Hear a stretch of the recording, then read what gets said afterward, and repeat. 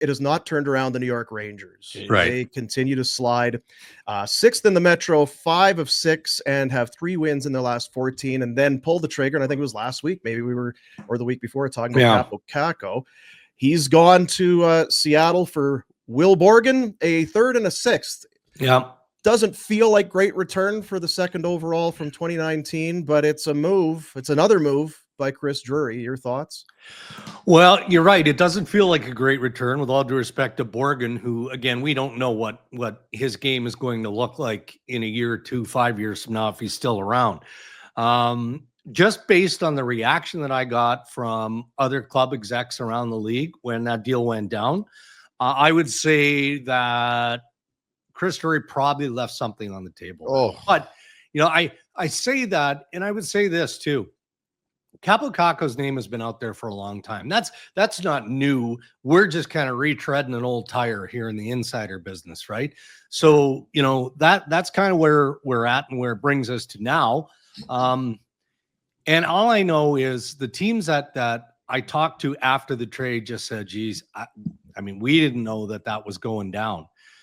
So that tells me that maybe Drury felt like this is the best he was going to get, and there's no search shopping it. Or, fellas, this might be more to the point. I don't have this directly from Francis.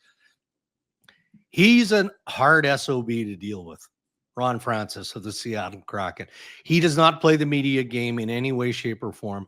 And it wouldn't surprise me. I don't have knowledge of this, but it wouldn't surprise me if he's made a comment like, "Chris, if I read about this on social media, the deal is off and you're not getting anything." Or if I get a call from another general manager or somebody else, or anybody in my group gets a heads up that you're shopping this deal, I'm pulling it off the table. Yeah, I mean, that happens a fair bit. Sorry, I didn't mean to step on you there, but no. That sounds like I get Ron Francis's take on this. Yeah. What the hell is Drury thinking? In my opinion, like, you're like, I'm looking at my phone. I'm like, I should call Conroy and go, is there no way you could have taken a stab at a 2nd overall pick? Yeah. Like, so it seems ridiculous. I see 2 things happening here. One, the ceiling for Kaapo Kakko has been dramatically reduced in the eyes of hockey people. No one sees a star here anymore. Borgen I think it was a 4th round pick. And Ryan, I don't think that's true. I don't think that's okay. True. So what? Yeah, I think what you're saying, and I'm not trying to put words in your mouth here, to this point, I can appreciate why you would feel like that. Yeah. But I think, and look, I'll throw the Montreal Canadiens out there. I know Kent Hughes tried to get something going with the Rangers in the summer, specific to Kakko. Now it makes sense. Jeff Gorton, who's the grand poobah of hockey in Montreal, was the guy that drafted him in New York. So you've got a little internal intelligence here. The belief around this kid is, for whatever reason, he wasn't comfortable in New York. And maybe that could be the coaching carousel. Maybe that's just, I don't know, whatever the market was. But the belief is that this kid's going to pop offensively. And for whatever reason, this kid has been on my radar from watching him. And I think I said this to you guys a week or 2 ago. I watched him at the Men's World Championship where he played in that Finnish lineup as an 18-year-old. And I'm on. This kid, he can't miss in the NHL. Now, bigger ice, but the way he protected the puck, used his body, he was so confident. He's going to be a tap-in top 6. Now, maybe that speaks to my lack of hockey IQ, but I'm like, whoa. But the feeling I get from the teams that were interested in him, this kid has got a lot more offense in him than we've seen to this point. To me, it reeks of. Sorry, I'm jumping in front of you again, but it reeks of of Sutter trading Phaneuf to the Leafs, where the rest of the league was like, "What? You just how'd that happen?" Well, and Kakko just went public with the quote that said, "It feels like I'm the young guy. And it's easy for me to scratch, but I'm not." And I'm paraphrasing.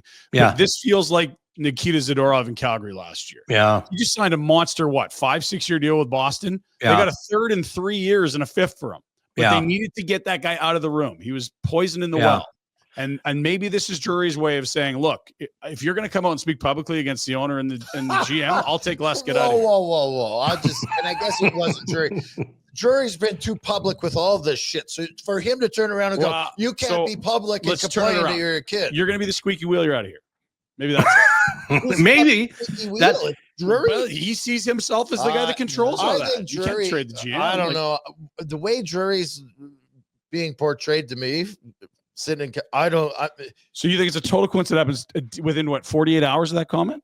I don't think that's saying it's a coincidence. I'm saying it's very hypocritical and short-sighted of Drury to go, I'm going to get rid of this kid. I have no idea. Let's call Conroy and ask him. We'll get it behind the scenes, even to ease our own mind, because like Dregs is saying, he's a second overall pick that has hardly effing played, and you're dumping him for a defenseman that anyone and their dog could go get. It doesn't make sense to me. All because he says something. Maybe you should manage your house better, Drury, and guys wouldn't complain. Yeah, like, F that. It didn't come directly from the Rangers, but the messaging post trade was this had nothing to do with him spouting off. Really? But the fact that would be included in the synopsis of the deal without a guy like me asking that very question indicates that. And look, owners, it's their tickle trunk, right? The owner doesn't like what a player says.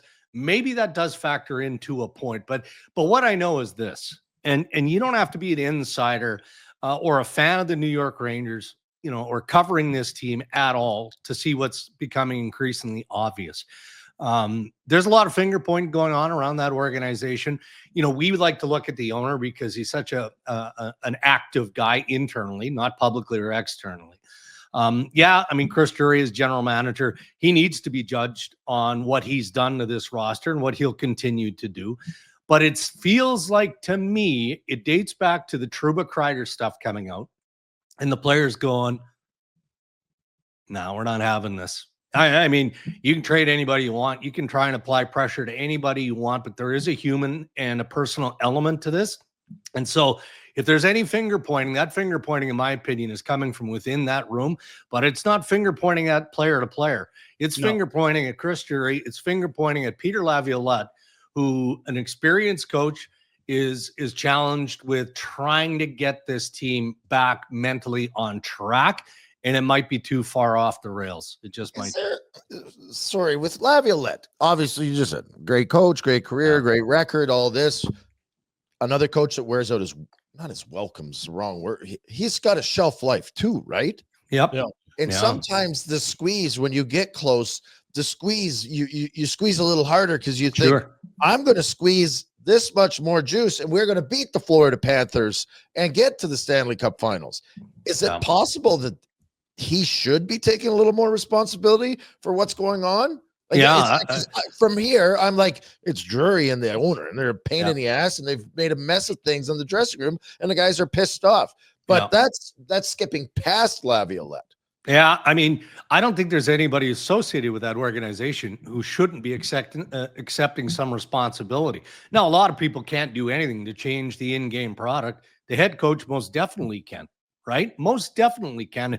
And what I heard from Kaapo Kakko was, and I'm just reading between the lines to just go back here a little bit, was a sense of frustration over maybe a lack of communication between coach and player, right? So, it's easy to sit the young guy.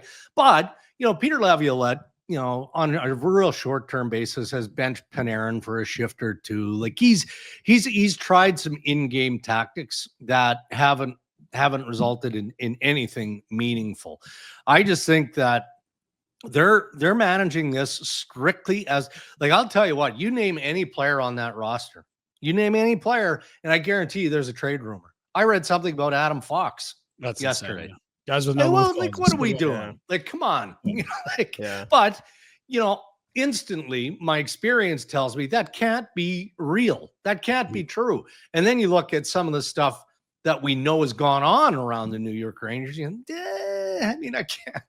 I can't discredit it either. So you're going to trade Kaapo Kakko for that, and I'm yes, anything could happen because if the owners that's the thing. Anyway, so what is Kakko? Like this is what he's played 330 games. This is not a puppy anymore. He's played 6 seasons in the NHL. He's got less than 40 points his last 100 games. Yeah. He's got a career high that's not 20 goals. He's never had more than 40 points.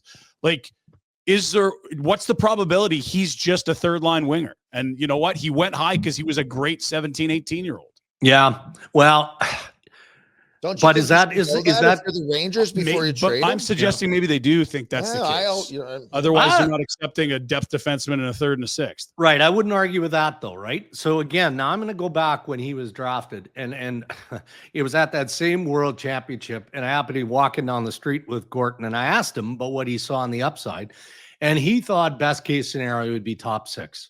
But they felt like the way that they were building, and you got to be mindful of the fact that, and I'm trying to think of that draft in terms of the depth of that draft. Have a quick look for me and just spout out some of the names, because you do go year in and year out.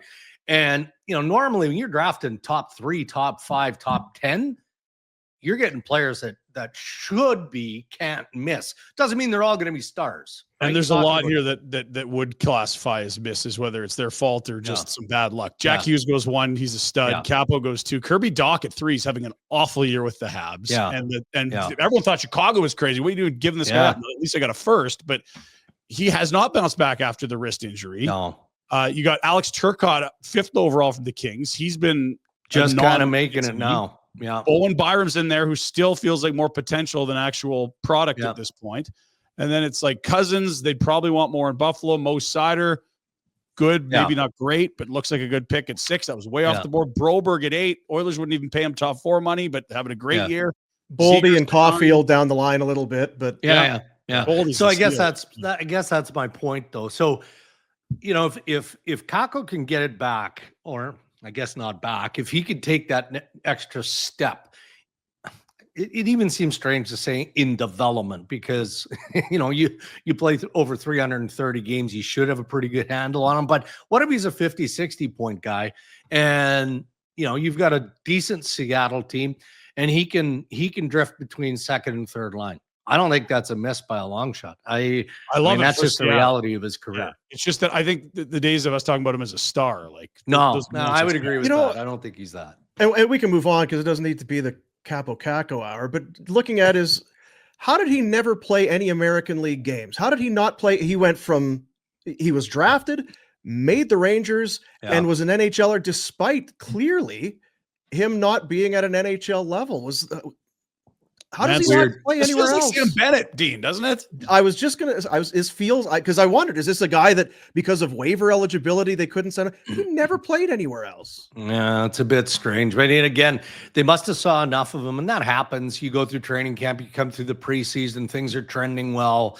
You've got a goal here, there, using the body, and then all of a sudden, I don't know the kid. I don't know what his mental toughness is, and that sounds ridiculous to say that, but sometimes you just got to chew through adversity and find a way, as we know. I mean, it's not going to be perfect every single year or through segments of 5 or 10 games. But this is the thing for me. I'm willing to give him the benefit of the doubt. I am.